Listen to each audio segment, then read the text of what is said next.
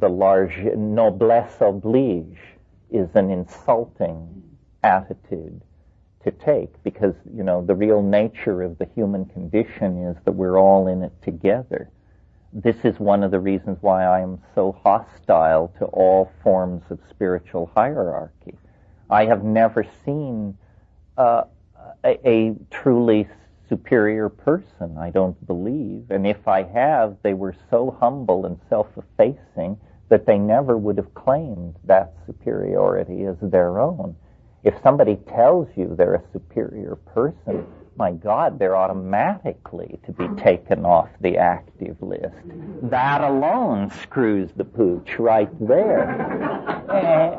And you know, and it's tremendously disempowering. The mushroom said to me once, and I've said it to many of you many times, it said, if for one human being to seek enlightenment from another is like a grain of sand on the beach seeking enlightenment from another. Don't you get it? It's the same flesh. It's the same flesh. Nobody knows anything you don't know, and even if they do, it's not your knowledge, so what good is it doing you? The idea that it's okay for you not to understand mathematics or not to play the violin because somebody else does it very well is a complete cop-out. You will be held responsible for what you know and what you can do. And using the excuse that you lived in the same world with Jascha Heifetz is not going to get you off the hook of not knowing how to play the violin. I say this as someone who does not play the violin. It's fun to take responsibility. It's fun to test the waters. The hardest thing to put across to oneself and to other people is that the universe is a more friendly place than we have been told. Paranoia, culture is institutionalized paranoia. And it's very hard to decondition oneself from this. No matter how deconditioned you may think you are, there is more and more work to be done. And I think the essence of Taoism and why its roots in nature are so powerful is because what Taoism is saying is, if you will quiet your mind and if you will pay attention, you will discover that you are supported and cared for by the dynamic of the universe. This should be obvious by virtue of the fact that you're even alive. I mean, how unlikely is your existence? I put it to you, pretty unlikely. And yet, here you are. Well, do you just think it was the greatest series of well-rolled dice in history? That's silly. That's ridiculous. Probability would never have delivered us to this room this afternoon. Probability sculpted by loving intent has delivered us to this room this afternoon. Once you can sense that living intent and, you know, make it an object of familiarity, you probably, that is the antidote to cultural paranoia and to the acceptance of your identity through imposed definitions by other people. And of course, psychedelics figure in here because they dissolve more dramatically and more effectively than anything else the cultural and linguistic and habitual assumptions that are masking that presence of Tao. You know, it really is true, as the Bible says, you must become as a little child.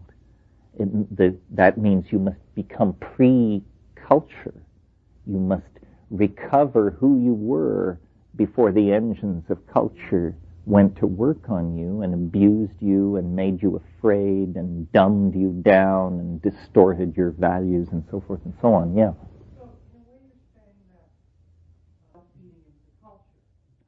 Yeah, see, I think what's happened is at the top of the culture, it's profoundly intellectually bankrupt.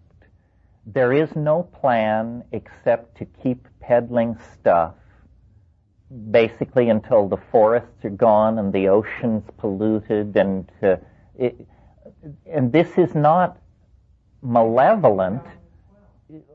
It's not malevolent.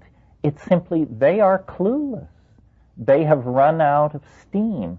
And so the answer is to try and keep the game going as long as possible with daytime TV, with casino gambling, with lotteries, with endless distractions, with pop culture fads, with cults of celebrity, with spectacular trials and gory mass murders and endless circuses, while the people at the top are saying,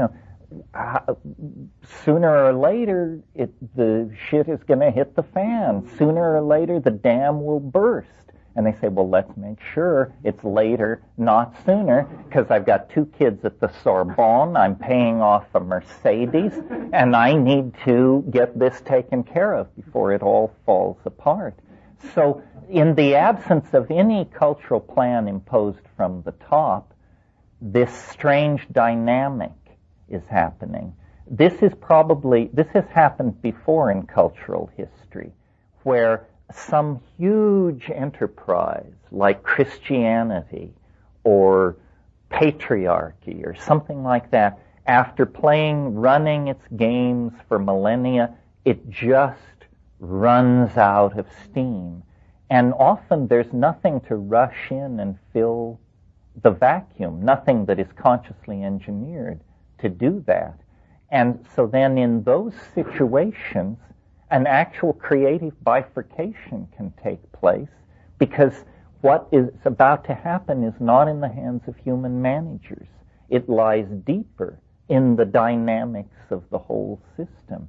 And we all feel, I think, this sense of excitement and the approach of the unimaginably new, and we don't know whether it's the aliens coming to pull our chestnuts out of the fire, or virtual reality, or a new drug, or a new style of sexual behaving, or star flight. We don't know what it is, but we can feel that it will transcend the categories of our managers, and they and we will then have to make sense of whatever this new reality is.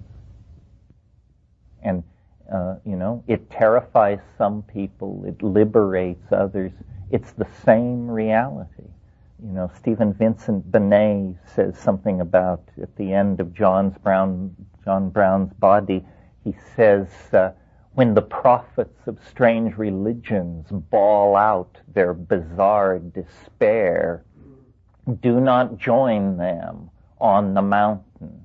Say only then, it is here. It is here. Because it is here. I mean, that was 1927 when he wrote that, and he spoke then of technology as our humble servant, already half a god. And that was in 1927. You can imagine then what that technology is today. Yeah, Mike?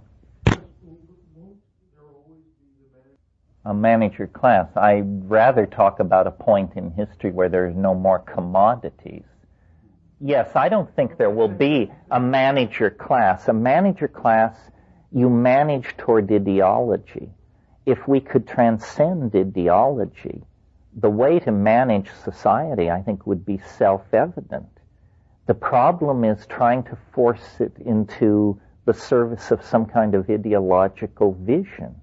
And then, of course, it becomes intractable, because no ideological vision we've ever had has been true to our humanness.